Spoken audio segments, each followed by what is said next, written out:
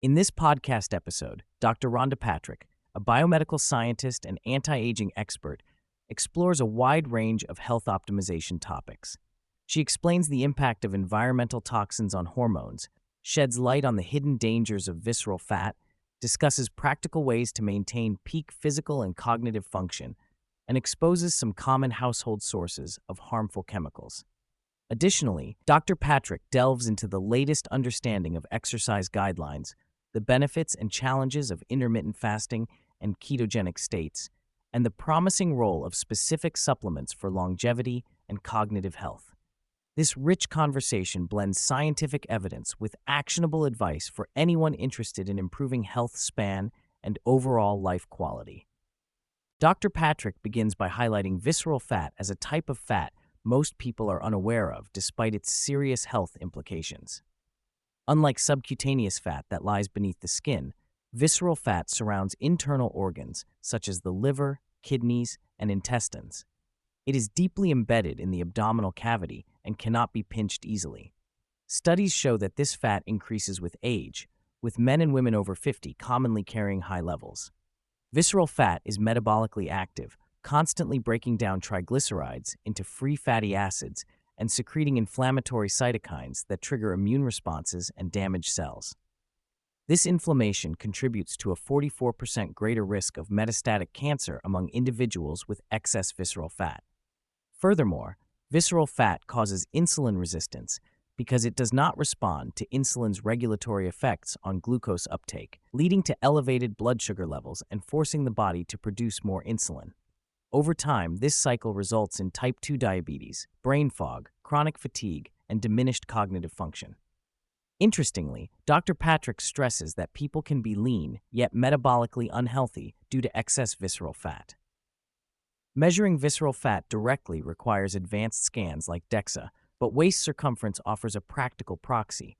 Over 40 inches for men and 35 inches for women suggests too much visceral fat.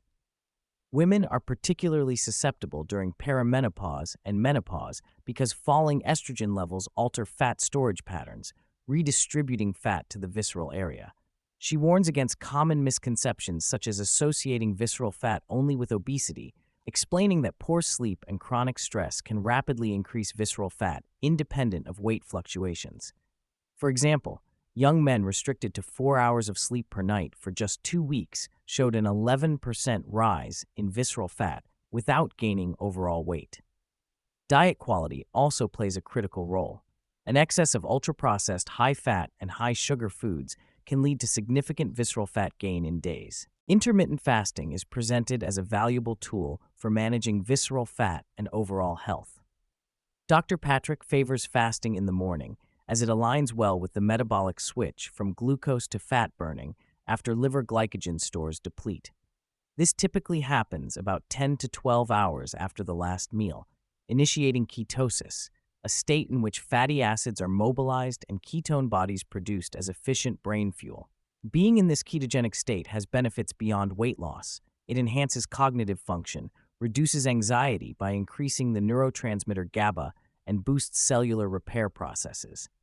Dr. Patrick practices a 16-8 fasting protocol, eating within an 8-hour window and fasting for the remaining 16 hours to maintain this metabolic flexibility. Exercise performed in a fasted state yields superior adaptations. Aerobic workouts like running and cycling stimulate mitochondria production and fat oxidation more effectively when fasted, though fasting before long or intensive sessions may not be advisable, especially for women due to hormonal sensitivities. Women who experience disruptions to their menstrual cycle during heavy training without adequate nutrition might need to adjust their approach to include some pre-exercise fueling. A significant portion of the discussion uncovers the widespread presence and dangers of endocrine disrupting chemicals, EDCs, often found in household plastics and consumer goods. Dr. Patrick explains how chemicals such as bisphenol A, phthalates, and per- and polyfluoroalkyl substances, PFAS, also known as forever chemicals, interfere with hormone receptors affecting testosterone, estrogen, and thyroid hormones.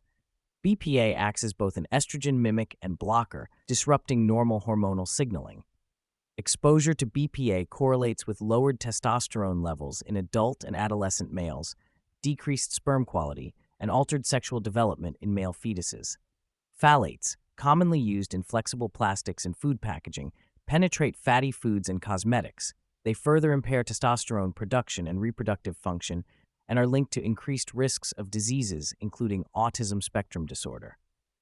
PFAS chemicals, found in non-stick cookware coatings, such as Teflon, and resistant fabrics, not only disrupt thyroid function, but also accelerate ovarian aging and potentially lead to earlier menopause. Moving into the practical realm, Dr. Patrick and the host tour a typical kitchen environment to expose everyday sources of toxin exposure.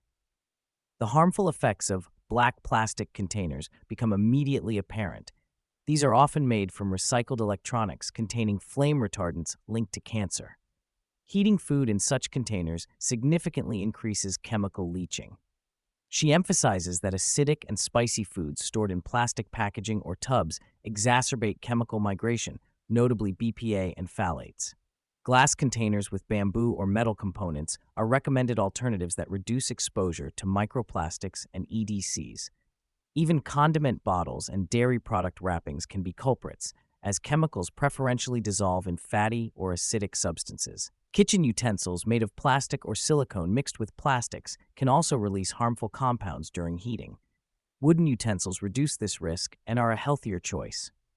Dr. Patrick advises replacing common non-stick pans coated with PFAS with stainless steel pans to avoid ingesting toxic chemicals. Thermal paper receipts are a hidden and significant source of BPA exposure. Handling receipts, especially combined with the use of lotions or hand sanitizers, facilitates absorption of BPA through the skin. Cashiers and frequent handlers are at elevated risk unless protective nitrile gloves, not latex, are worn. The advice for consumers is to opt for digital receipts and avoid touching paper receipts unnecessarily. Dr. Patrick outlines several supplements with robust scientific backing that contribute to slowing aging, improving brain function, and optimizing metabolic health. Omega-3 fatty acids, especially EPA and DHA from fish oil, are the most universally beneficial supplements and have been linked to increased lifespan, lowered dementia risk, and reduced mortality from cardiovascular disease and cancer. Quality, storage, preferably frozen or refrigerated, and oxidation levels are critical for their effectiveness. Vitamin D3, the sun-derived form of vitamin D, is essential for biological aging and immune function, with deficiency accelerating aging. Supplementation slows biological aging markers, notably for those with low baseline levels. Multivitamins offer a low-hanging fruit by filling persistent nutritional gaps caused by soil depletion and modern diets lacking micronutrient density. Men should avoid excess iron supplementation unless deficient, while premenopausal women may require iron due to menstruation. Creatine monohydrate is highlighted as a powerful brain and muscle performance enhancer, reducing mental fatigue and compensating for some aging cognitive decline. Supplementation requires consistent dosing over weeks for full effect. Curcumin, particularly in bioavailable phytosomal forms, acts as an anti-inflammatory compound selectively inhibiting the inflammatory cytokine TNF-alpha without blunting exercise adaptations. This can reduce biological aging and cognitive decline. Urolithin A, a compound derived from gut bacterial metabolism of pomegranate polyphenols, stimulates mitophagy, the removal of damaged mitochondria. Its supplementation rejuvenates muscle and immune function, with research indicating potential life extension and improved exercise capacity. Glutamine supports immune health and gut integrity, especially beneficial for endurance athletes and individuals with immune challenges. Dr. Patrick also integrates exogenous ketone supplements that mimic the metabolic state of fasting and ketosis. These increase cognitive clarity and reduce anxiety through brain signaling effects, but will temporarily suppress fat breakdown, so timing and goals should be considered. Introducing the novel concept of peak span, Dr. Patrick contrasts it with common notions of lifespan and health span. While health span aims to maximize years lived free of disease, peak span focuses on maintaining function close to one's peak level, defined as within 90%, across multiple domains, including muscle strength, bone density, reproductive capacity, immune function, and cognitive abilities. This peak is generally achieved around the mid-20s to mid-40s, depending on the domain, with cognitive fluid intelligence, problem solving without prior knowledge, peaking around 25, and crystallized intelligence, accumulated knowledge and wisdom, peaking near 4 or 5. The goal is not just longevity, but preserving high-functioning capabilities as people age. Key lifestyle interventions to maintain peak span include regular aerobic exercise, which increases brain-derived neurotrophic factor, BDNF, strength training to preserve muscle and bone, adequate sleep to prevent immune senescence, and continuous learning to stimulate cognitive plasticity. Dr. Patrick underscores that engaging in novel intellectual and physical activity creates cognitive reserve, protecting against decline. Dr. Patrick challenges the conventional exercise recommendations, emphasizing moderate intensity with a 2-to-1 time ratio compared to vigorous activity.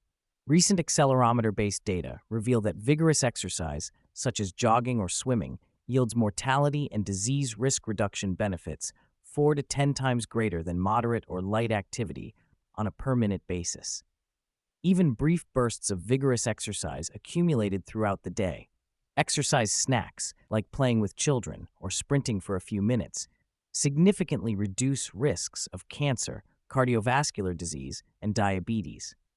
She advocates discarding the popular but insufficient 10,000 steps per day goal in favor of at least 10 minutes daily of heart rate elevating, vigorous activity for maximal health benefit. Standing desks and breaking up prolonged sitting time with movement bursts are also advised to mitigate the independent risks posed by sedentary behavior. The conversation turns to GLP-1 receptor agonists, such as semaglutide, and newer multi-agonists, which have transformed treatment options for obesity and type 2 diabetes by suppressing appetite and slowing gastric emptying. These drugs facilitate rapid and substantial weight loss, particularly visceral fat reduction, which improves metabolic health and reduces disease risk. However, Dr. Patrick highlights potential downsides, including the likelihood of regaining weight if the medication is discontinued, associated side effects like nausea, and possible losses of muscle and bone mass with rapid weight loss, absent proper resistance training and nutrition. The need to consider these drugs within a lifelong management framework is stressed, as is the risk of their overuse by people who do not medically require them. She also notes intermittent fasting as a lower-risk alternative that can achieve comparable modest weight loss through metabolic adaptation. Finally, the episode touches on the rise of artificial intelligence and its potential effects on human cognition. Dr. Patrick and the host discuss concerns that reliance on AI tools for problem-solving and writing may erode critical thinking skills and memory formation, a phenomenon confirmed by studies showing reduced brain activity and memory recall when users outsource cognitive tasks to generative AI. They encourage intentional mental exercise, continuous learning, and manual note-taking to maintain cognitive reserve, citing parallels with complex spatial navigation seen in London taxi drivers whose brains physically adapt to store massive amounts of spatial information and who show resistance to cognitive decline. Using AI wisely to complement rather than replace thinking is presented as the best approach to future-proof the brain. In closing, Dr. Patrick shares 2 affordable investments under $100 that have profoundly impacted her health. The Omega-3 Index blood test, which provides personalized data on cardiovascular and cognitive aging risk, and a continuous glucose monitor, which revealed how profoundly sleep disturbances were affecting her metabolic health. These tools empower individuals to make evidence-based lifestyle changes for longevity and health span extension.